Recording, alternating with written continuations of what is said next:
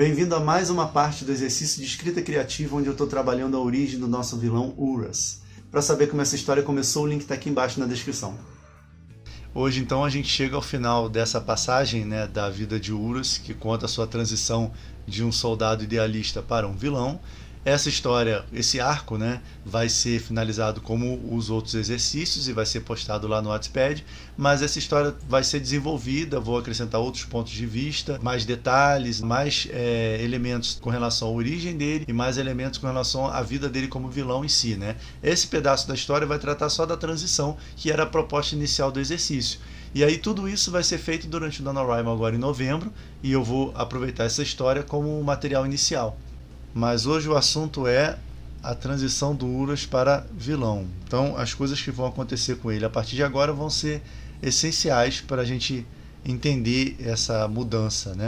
Ele já está aos pouquinhos meio que embriagado pelos acontecimentos e agora ele sofreu o efeito da febre. Ele até então achou que ele era realmente o escolhido, mas aí ao voltar para a tribo ele acabou sentindo os efeitos da febre e foi banido como todos os outros escolhidos, e assim terminou o episódio anterior. Então hoje a gente vai ver para onde ele vai, que castigos ele vai sofrer e a partir daí no que ele vai se tornar.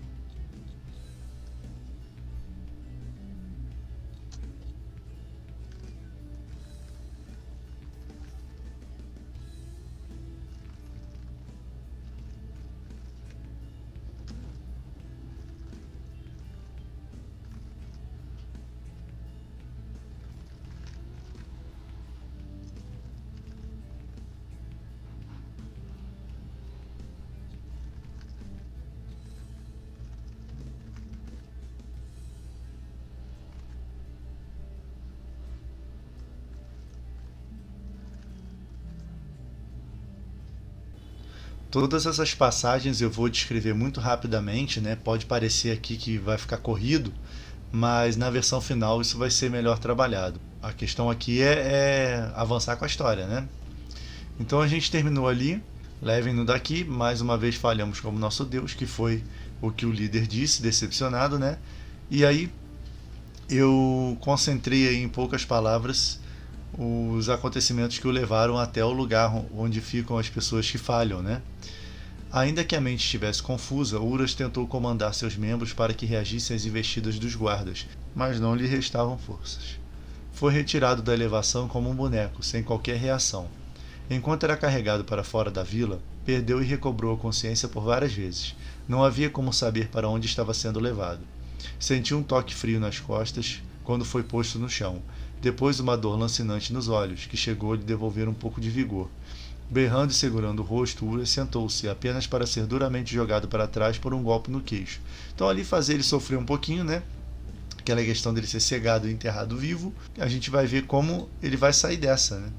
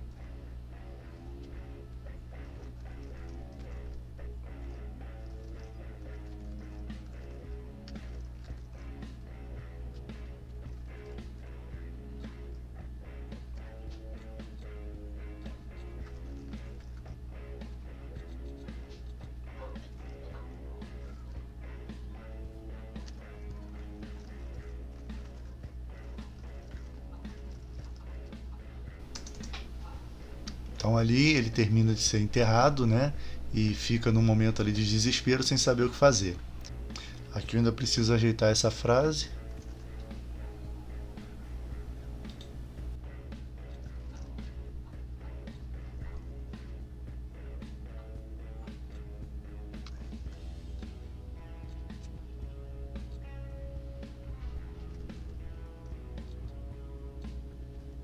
Então, depois da ajeitada ali, não era preciso ver para concluir que a pressão crescente sobre si eram porções de terra acumulando, camadas e camadas a roubar-lhe o ar e os poucos movimentos que lhe restaram depois de tudo.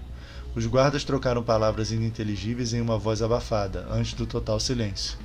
Uras tentou abrir os lábios para pedir socorro, embora soubesse que as chances de ser ajudado eram mínimas. Poderia suplicar misericórdia aos guardas, se ainda houvesse algum por ali. Apesar de tudo que acreditou até então, constatou que sua honra não valia mais do que sua vida. Então aqui tem o primeiro ponto ali que se quebra dele, né? Que ele sempre achou que perto do fim que ele encararia a ameaça real de morte de maneira honrada, né? E agora ele está no sufoco, no desespero, enterrado vivo, e ele está disposto a suplicar pela vida, né? Então o que eu quis dizer aqui? Eu estou mostrando o ponto de vista dele, então eu não estou descrevendo literalmente que os guardas jogaram terra em cima dele, depois falaram que era isso e depois foram embora, né? Eu descrevi o que ele estava sentindo, o que ele estava percebendo dentro da cova, por assim dizer. Não sei se é o suficiente, não sei se ficou claro isso tudo que aconteceu, como eu sempre falo, né? Caso contrário, sempre tem como melhorar, sempre tem como deixar mais detalhado, né? Mas agora o Uras está embaixo da terra e cego.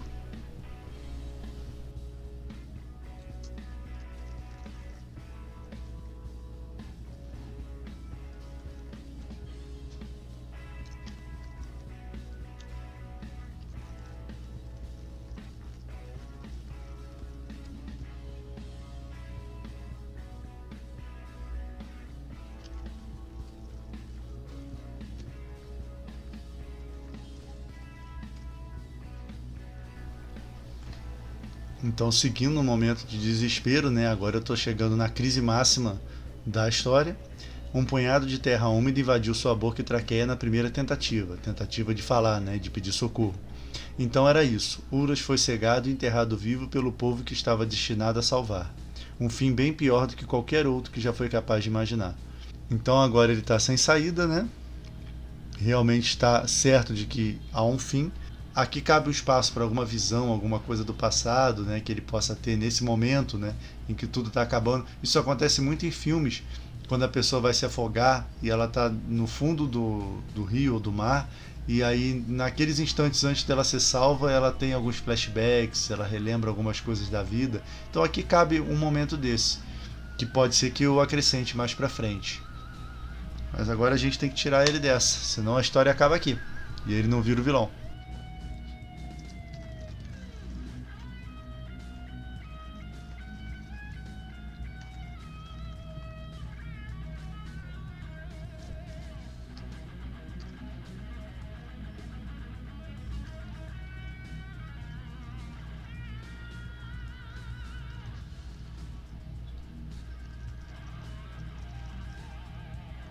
Então, seguindo.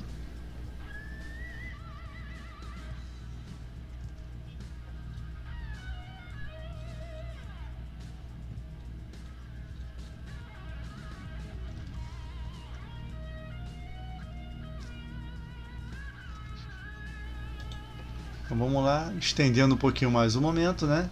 O total silêncio fazia duvidar se ainda estava vivo ou não. Seria a Terra dos Mortos um lugar assim tão monótono? Nunca sentiu tanto frio quanto naquele instante. Isso era bom, pois provava que ainda podia sentir alguma coisa. Ou aquele era apenas o inflexível abraço do ceifeiro em seu espírito cansado. Então tem algumas coisinhas erradas aqui. Faltou a vírgula aqui. Mas eu tenho duas perguntas em seguida, né? Afirmações e dúvidas e perguntas. Ficou um ritmo interessante. Eu não sei se eu vou manter ou se depois eu vou tirar. Mas foi como surgiram as ideias, então eu registrei da forma como elas vieram, né? Então eu não sei se essas sensações, essas percepções dele, se eu vou manter dessa forma ou se eu vou reorganizar. Mas eu estou registrando tudo aqui para depois decidir. Será que já é suspense o suficiente? Já está bem estabelecido que ele está sem saída, numa situação complicada? Eu acho que já está na hora de tirá-lo daí, né? Pode ser que eu tivesse escrevendo isso tudo porque eu estava ainda pensando em como levar a história para frente? Pode ser, mas eu acho que eu já pensei em uma solução aqui.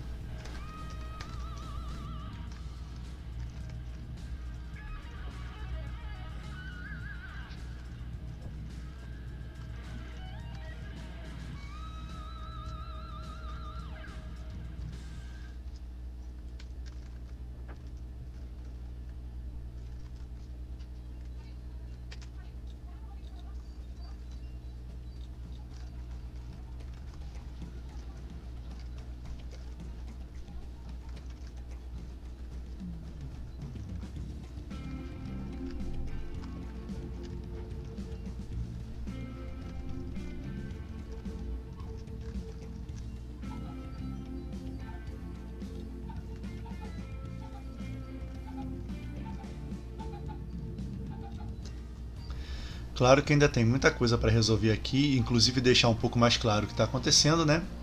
Mas eu resolvi continuar seguindo o ponto de vista do Uras, né? E não narrar a história de maneira onisciente e mostrar a realidade, e sim a percepção dele com relação ao que estava acontecendo, né? Então, procurou refúgio em boas lembranças, mas elas logo desfizeram-se em sonhos fragmentados e perturbadores. Em um deles, Uras girava no centro da tribo em chamas. Em outro, caía em um abismo interminável.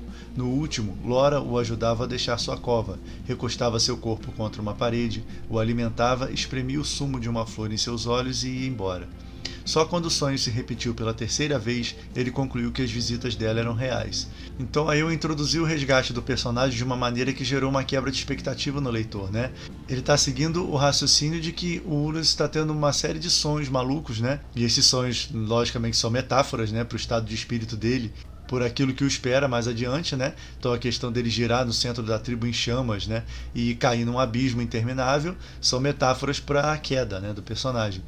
E aí, quando eu falo que Lora ajudou ele a sair da cova, recostou o corpo dele numa parede, deu comida, jogou o sumo de uma flor no olho, né, para poder curar a cegueira. E ela continuou voltando e ajudando ele a se recuperar, né, até ele recobrar a lucidez para poder perceber que aquilo não era um sonho. Isso quebra a expectativa do leitor, né? Então é um elemento de surpresa. Só que isso, por outro lado, é arriscado, porque pode ser que o leitor não entenda muito bem o que está acontecendo, né? Que não fique muito claro para o leitor. Então, mais adiante, eu vou analisar isso com calma para ver se realmente precisa deixar claro. Uma narração onisciente abordaria esse resgate de um ponto de vista externo, né? Então, mostraria a Lora indo lá, retirando da cova e cuidando dele, né? E tudo mais. Mas isso não geraria um efeito, né? Uma reviravolta.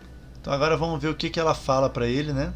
E eu não tinha pensado na Lora assumir esse papel nesse ponto, né? Mas eu acho que ela pode ser uma última visão assim do bom caminho, né? É aquela última mão estendida oferecida a ele dizendo, olha, as coisas podem ser diferentes, você não precisa seguir esse caminho, né? E essa última recusa do personagem a uma mão estendida, né, ao bom senso, vai marcar a passagem dele pro lado do mal, por assim dizer, né? Então vamos ver aqui o que eles vão falar. Eu quero uma evolução do que eles já conversaram, né? Então eu vou ver se a gente amarra algumas pontas. De repente agora ela pode abrir o jogo para ele numa tentativa de sensibilizá-lo, né? E a gente tem que trabalhar também o porquê que ela tá ali, né? Então qual é o motivo dela ter ido lá salvá-lo, né? Vamos lá.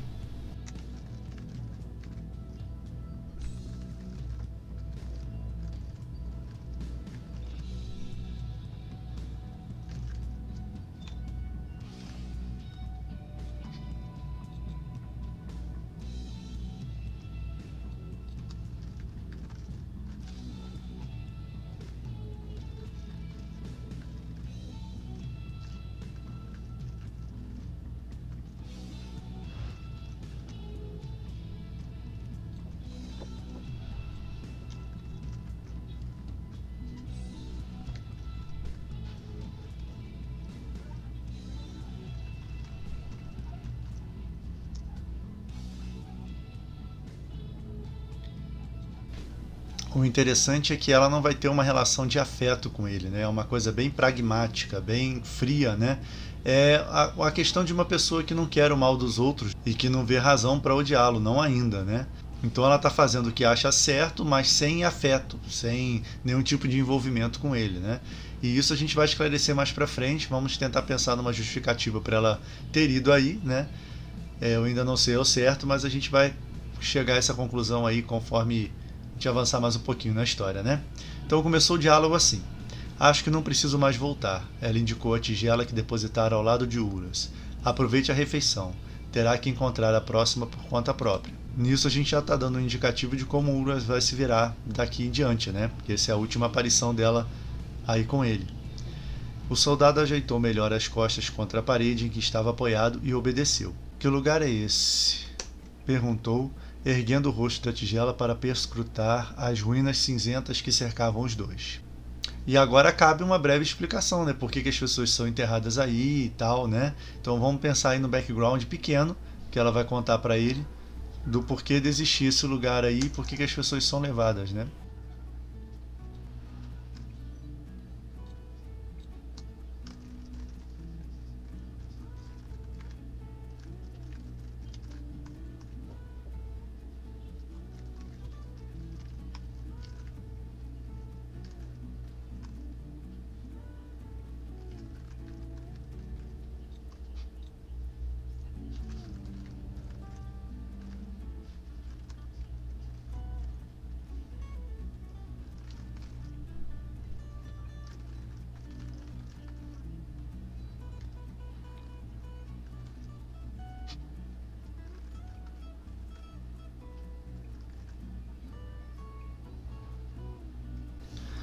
Então aqui em um parágrafo eu criei um motivo, né, uma razão para esse lugar existir.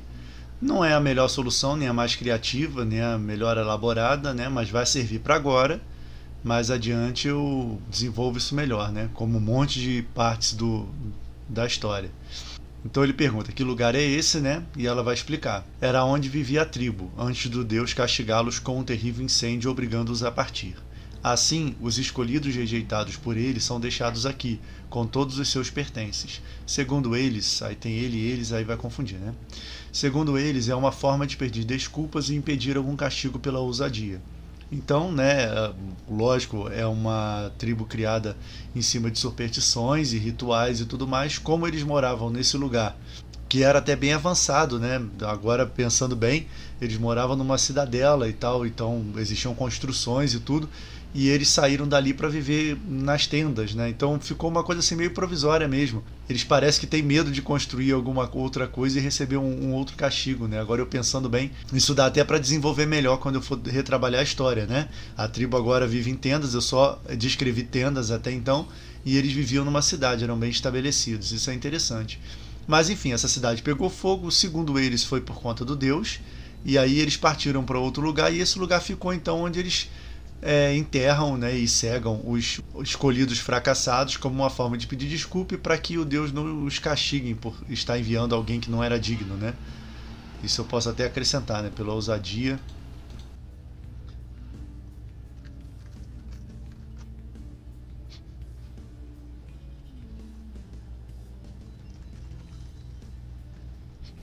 Então deu uma ajeitadinha no final, né? É uma forma de pedir desculpas e impedir algum castigo pela entrada de alguém indigno da montanha. Para ficar um pouco mais claro, não ficou, não tem a escrita ideal, aliás, essa passagem não tem a escrita ideal, mas pelo menos ficou mais claro e assim eu posso voltar a essa ideia mais para frente, né? Então seguindo,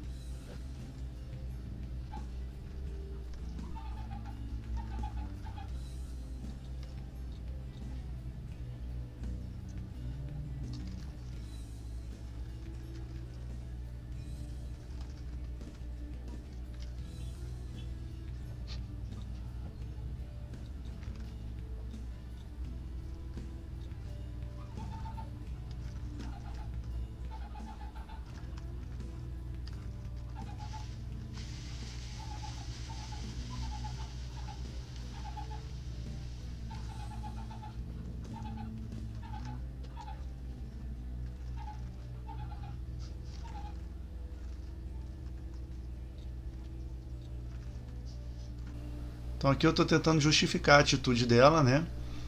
E eu acho que assim está razoavelmente bem resolvido. Então a gente parou ali na montanha, Urus ficou de pé com dificuldade e caminhou até o retângulo no chão do que antes devia ter sido uma praça semicircular. Encarou o buraco aberto e lá estavam sua borduna e alforge. Geralmente fecho as covas sozinha, mas pode me ajudar se quiser. Por que me salvou? Quis saber, agora observando todos os outros túmulos cobertos com terra negra espalhados por ali. Já fiz isso outras vezes. Quase sempre encontro os mortos quando chego. Outros não resistem por uma noite sequer. Você foi o único que durou. Mas por quê? Complicado demais para explicar. Talvez eu mesmo esteja em busca de um escolhido, alguém capaz de voltar lá e dizer ao líder o quanto as coisas estão erradas. Se discorda tanto do seu modo de vida, por que insiste em viver na tribo? Me apaixonei por um homem de lá, um guerreiro bravo, mas bondoso e honrado, tanto que acabou eleito o escolhido pelo grande líder. Ela desviou os olhos. Urus os seguiu e distinguiu flores sobre uma das covas, as mesmas flores usadas por ela para curar sua cegueira. Então, assim, basicamente, ela perdeu esse guerreiro, né, essa pessoa por quem ela foi apaixonada, depois de acontecer a mesma coisa que aconteceu com Urus, e desde então antes ela procura impedir que a pessoa vá para a missão, e depois ela sempre volta ali para tentar salvar essa pessoa, na esperança de que a pessoa, voltando dos mortos, por assim dizer, né, pudesse voltar à tribo e se reafirmar como escolhido, né, e assim tentar mudar as coisas, né, e não a mensagem divina, que talvez não exista e tudo mais, né, mas sim explicar, tentar convencer a tribo e o líder de que as coisas não eram para ser assim, que as coisas não precisariam funcionar assim, né, e que o modo de vida, o modo de pensar deles não estava certo. Eu acho que é uma motivação razoável, né, e daí a gente segue, e quando eu for trabalhar essa história no NaNoWriMo, eu vou desenvolver o passado da Laura, e aí isso vai ficar mais claro, e talvez aí entrem alguns outros pormenores. Tem que falar agora do filho dela, né? Que é a questão dela não ir embora por causa disso. Né? Ela vive na tribo porque o filho dela, como é filho de alguém da tribo também, ele é mantido sob vigília, né? Então ele não pode ir embora. E ela, como não quer ir embora e abandonar o filho, ela fica, né? Então esse é o grande dilema da Laura.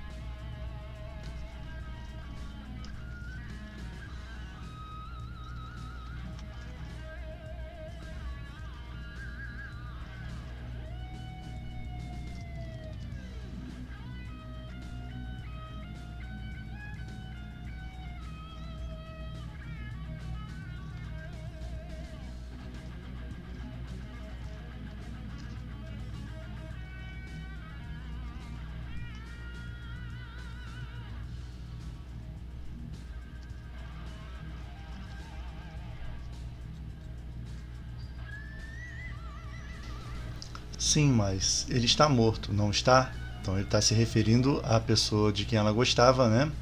E tentando entender qual era a explicação, né? O desenrolar dessa explicação que ela começou a dar. Ela sorriu com certa tristeza e mostrou-lhe a tatuagem em seu braço, a qual ele não conseguiu ver muito bem no primeiro encontro dos dois. Então eu estou reaproveitando, né, um elemento que surgiu lá atrás. Era um menino, traçado com tinta vermelha e formas simples, no mesmo estilo de desenho que ele já havia observado em outros membros da tribo. Meu filho, não me deixam levá-lo e não posso ir embora sem ele. Entendo. A voz de Lora ganhou novo vigor. Você pode mudar isso, Uras. Pode mudar tudo. Imagine-se cruzando os portões da tribo. O escolhido que retornou dos mortos. Você seria ouvido, seria obedecido. Poderia levá-los a pensar e agir com justiça. Ensiná-los a respeitar as tribos irmãs. Ela suspirou longamente. Você pode mudar tudo. O soldado não soube o que dizer. Ou então pode seguir seu caminho. Eu o salvei, mas não me deve coisa alguma. Lora, eu... Não tenha pressa de ir embora. Ninguém vem aqui, a não ser para trazer o próximo infeliz que retornar da montanha. A voz de Uras congelou em sua garganta quase como no momento em que ia discursar na elevação. Adeus, encerrou ela e desapareceu em uma abertura entre dois muros incompletos. Então, né, ela plantou a semente ali, ela jogou, estendeu a mão, como eu tinha falado no início, né, uma última chamada do bom senso, né, que nesse momento é uma encruzilhada e ele tem tudo para fazer o que é certo, né? Então, se fosse a história de um herói, é sempre legal fazer esse paralelo entre a trajetória de um herói e de um vilão, né, para poder entender bem a diferença. Então, se fosse a história de um herói, era o momento da virada. É a questão da morte e ressurreição do herói, onde ele ressurge mais forte, né? Vai lá e faz justiça, né, em relação ao vilão. Mas como ele é o vilão, né, então ele foi chamado a uma ação boa, mas a semente que ela plantou não vai gerar um bom fruto, né, por assim dizer. Então assim a gente termina o encontro dos dois. Ela foi embora meio decepcionada porque viu hesitação nele, mas ainda otimista de que ele poderia ficar por ali, refletir, né, e concluir que ele poderia tomar uma atitude mais honrada e aproveitar essa chance para mudar a vida dela, né? Porque ele voltando e com um discurso ponderado, ele poderia convencer o restante da tribo a deixar ela embora com o filho. Então, na verdade, é isso que ela quer, né? Vamos lá, agora a gente vai fazer uma passagem dele sozinho ali pensando e depois o retorno dele à tribo, mas não para convencer as pessoas de que o caminho é o da paz e o da tolerância, né?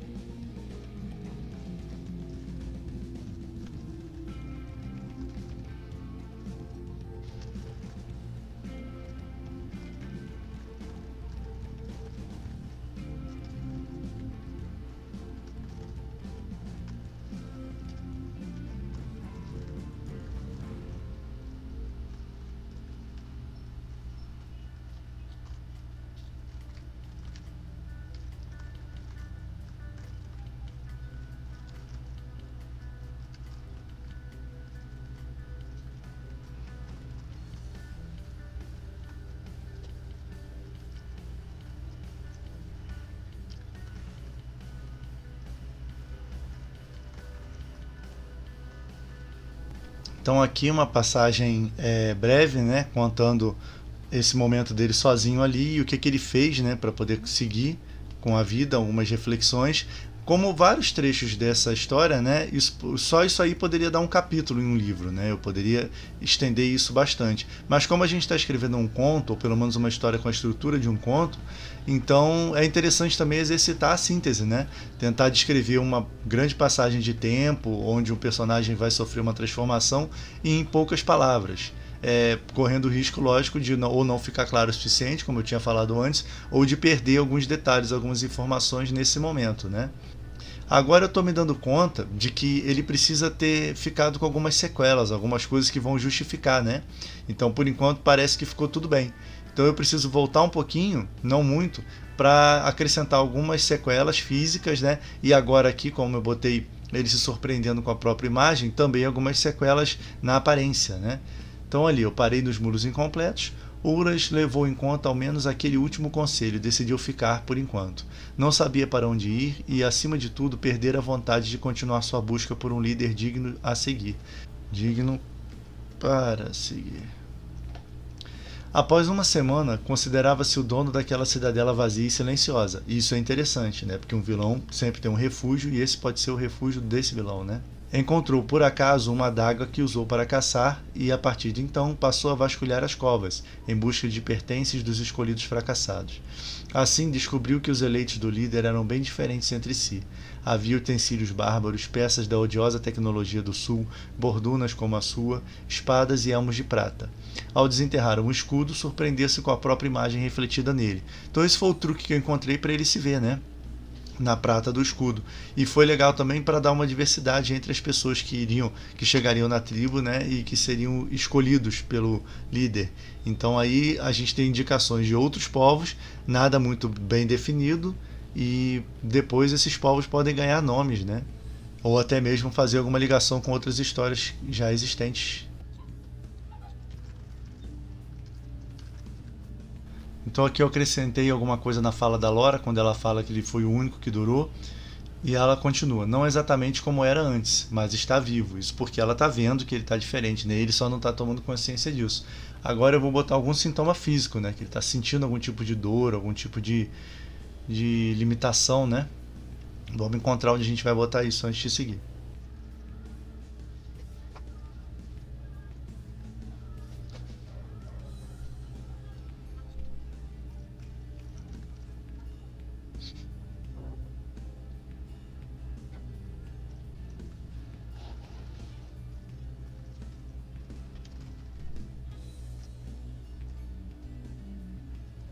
Então encaixei aqui alguns outros sintomas, né? Urus levou em conta ao menos aquele último conselho e decidiu ficar, ao menos até que as dores e os ocasionais episódios de perda de consciência diminuíssem. Então eu estou botando ali duas coisas que acontecem com ele, né? Essas coisas depois podem se desenvolver, né? Ele pode ter dores sérias que vão causar limitações mais adiante, né? E essas perdas de consciência podem virar visões, né? E perturbações mentais que podem justificar ainda mais os atos do vilão. Agora é hora de descrever como é que ficou a cara dele, né? Como é que ficou o rosto. O resto não, porque senão ele teria visto, né? Então as modificações, as transformações que tudo isso causou, né? A experiência dentro da caverna, a fumaça e aquilo que puseram no olho dele, né, para cegá-lo, tudo isso vai deixá-lo com algumas sequelas na aparência. E a gente vai ver isso agora.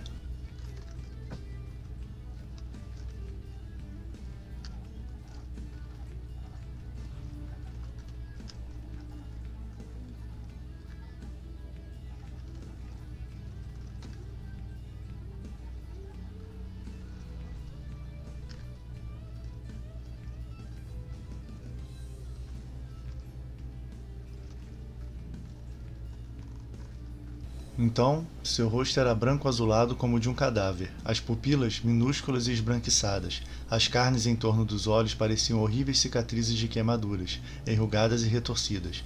Grossas veias sobressaíam-se em suas frontes, onde caíam mechas de cabelo quase tão branco quanto a pele. Então a gente já deu uma mudada na aparência dele, essa é a transformação dele como vilão. É quase como o Palpatine no Star Wars, né? Que aí a pele ruga e o olho muda e tal, né? Aqui a gente não está dizendo que é magia nem nada disso. Podem ser efeitos puramente físicos mesmo, mas pode ter alguma coisa aí mágica que a gente não precisa determinar, né? Então isso aí vai ser um fator agora para ele decidir realmente se vingar, né? Ele já está sentindo dores, já está perdendo a consciência, né? E aí ele vai pensar o seguinte, que pela segunda vez ele foi chamado à liderança, né? Pela segunda vez apareceu uma oportunidade, alguém falando para ele assim, olha, você que tem que mandar, esquece essa história de procurar um líder, que você que na verdade é o líder, né? Então, com isso na cabeça, ele vai seguir para dizer assim, não, eu vou acabar realmente com isso, né? Eu vou acabar com essa história lá e eu vou transformar as coisas. Só que, lógico, ele vai fazer as coisas segundo a sua mentalidade e aí começa o reinado do vilão, né?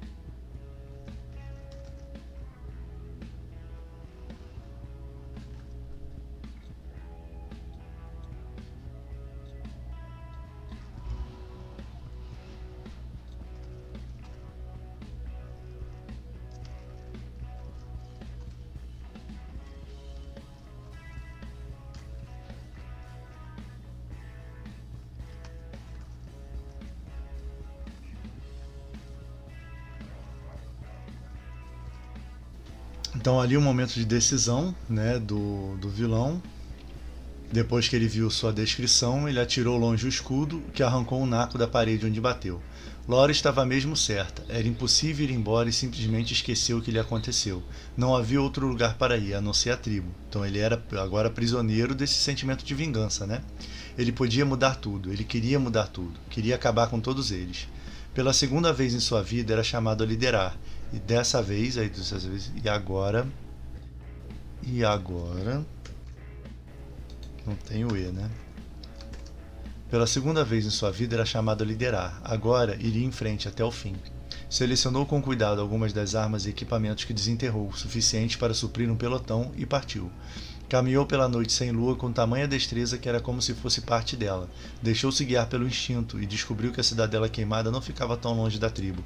Então aqui a gente também tem algumas habilidades ocultas, né? Esse instinto de direção dele, ele caminhar com destreza pela noite. Isso depois a gente pode ir desenvolvendo como, entre aspas, os poderes, né, desse vilão. Ele não vai precisar disso porque a direção mais provável para ele é que ele tenha um séquito, né, que ele consiga realmente seguidores do pensamento radical dele e da questão dele querer impor a sua visão ao resto do mundo, né? Então a tendência é ele atrair pessoas como ele que vão fazer o serviço dele. Então ele dificilmente vai ter que mostrar particularmente seu poder, mas ele é um soldado e ganhou algumas habilidades aí, né? E tem essa coisa da determinação, de uma cegueira. E isso aí também vai lhe dar alguma vantagem. Agora na tribo ele vai ter vantagem, logicamente, porque as pessoas vão estar basicamente vendo um fantasma, né? E aí fica nessa questão de eles erraram. Na verdade ele era realmente o escolhido, porque afinal ele sobreviveu. Então ele vai tomar vantagem disso para gerar o caos na tribo, né? E dali podem surgir seus primeiros seguidores. Vamos ver então como é que vai ser a chegada dele na tribo. Eu vou resolver tudo isso muito rapidamente. Logicamente eu não vou construir esse ambiente e a tensão da maneira como deveria, porque é um exercício de escrita criativa, como eu falo toda vez. Eu estou escrevendo conforme eu vou pensando. Minha preocupação é justamente registrar a ideia básica, né? Mas então vamos lá ver a chegada dele na tribo. E a gente está caminhando então para o desfecho da saga de Uras, ou pelo menos a origem de Uras, o vilão.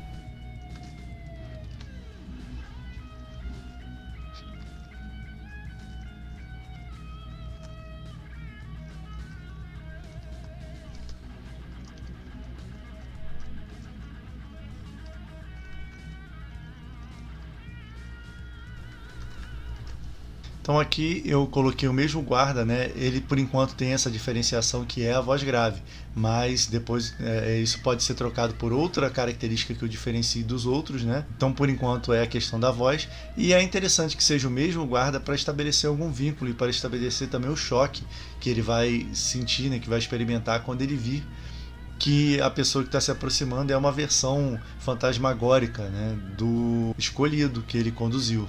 Isso vai contribuir para que ele não reaja, e isso vai dar tempo suficiente para o Uras acabar com os dois e invadir a tribo. Eu não quis determinar exatamente que armas o Uras escolheu e o que ele vai usar agora para agir, mas eu posteriormente quero que seja alguma coisa original. Eu não queria espada, nem nada disso, que são coisas bem convencionais, né, e batidas. Então eu queria que ele usasse armas diferentes. Ele ali tinha liberdade de achar qualquer coisa, né? Então eu vou deixar essa brecha para depois determinar que tipo de armas o Uras vai preferir, vai adotar como marca para si, né?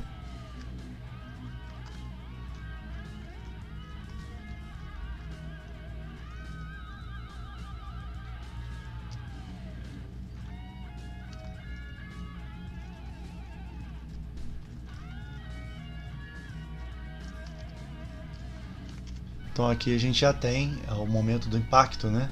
Ele retira o capacete prateado, que a gente já tinha feito menção a ele lá no quando ele desenterra, né, as coisas, e aí ele revela o rosto dele e os guardas paralisam. Então é a hora dele atacar sem piedade para entrar, mandando ver na tribo.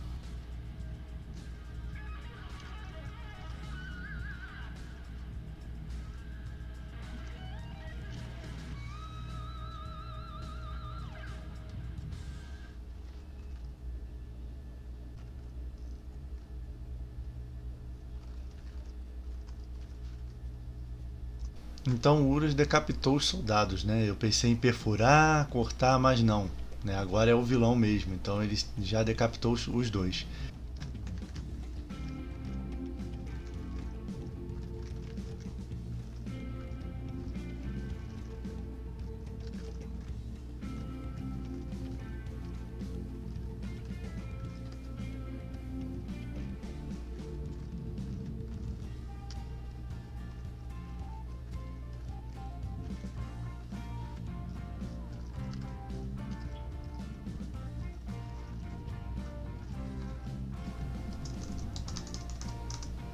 Chegamos então às vias de fato.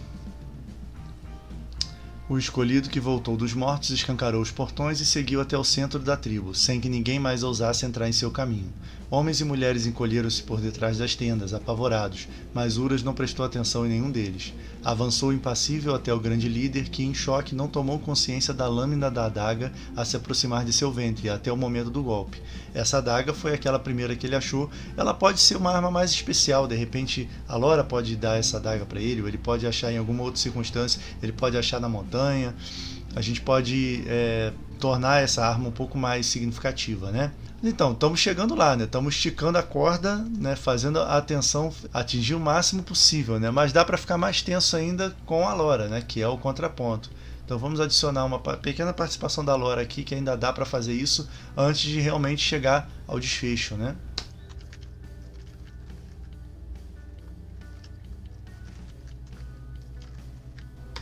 Isso.